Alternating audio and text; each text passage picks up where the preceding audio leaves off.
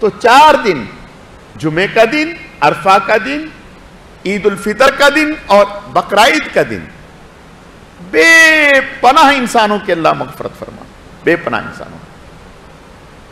تو لیکن ان دنوں میں بھی کوئی اگر قدر دکھائے گا تو مغفرت ہوگی نا.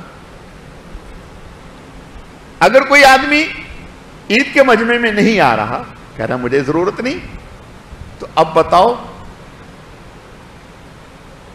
کس کی محرومی ہے؟ عید کے لیے نہیں جا رہا، روزے نہیں رکھ رہا، قربانی کی طاقت ہوتے ہوئے قربانی نہیں کر رہا، یہ تو اللہ کی نعمت کی ناقدری ہے.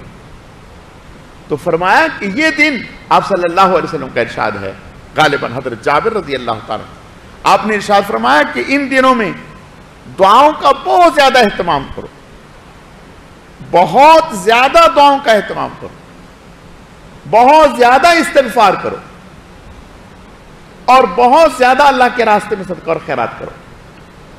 ان دنوں میں آپ صلی اللہ علیہ وسلم نے ارشاد فرمایا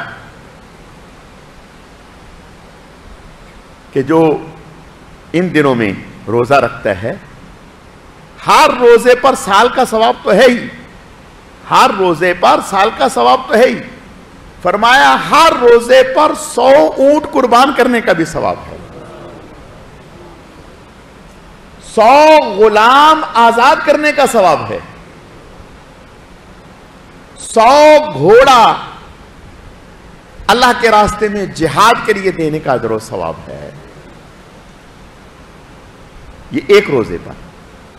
اور فرمایا 8 ذی الحجہ کا روزہ، 8 ذی الحجہ، 9 نہیں، عرفہ کا دن نہیں، اس سے پہلے کا. فرمایا 8 ذی الحجہ کا جب روزہ رکھتا ہے تو اب 100 کی بجائے 1000 غلام آزاد کرنے کا ثواب، 1000 اونٹ قربان کرنے کا ثواب، 1000 گھوڑا اللہ کے راستے میں جہاد کے لیے دینے کا اجر و ثواب ہے. فرمایا جب عرفہ کا دن ہوتا ہے تو 2000 ہو جاتے ہیں. 2000 غلام آزاد کرنا، 2000 اونٹ قربان کرنا اور 2000 گھوڑا اللہ کے راستے میں جہاد کے لیے دینے کا اجر و ثواب ہے. اور ساتھ ہی فرمایا کہ 2 سال کے گناہ معاف اور 2 سال کی عبادت کا، روزوں کا اجر و ثواب اللہ عطا فرماتے ہیں ان دنوں.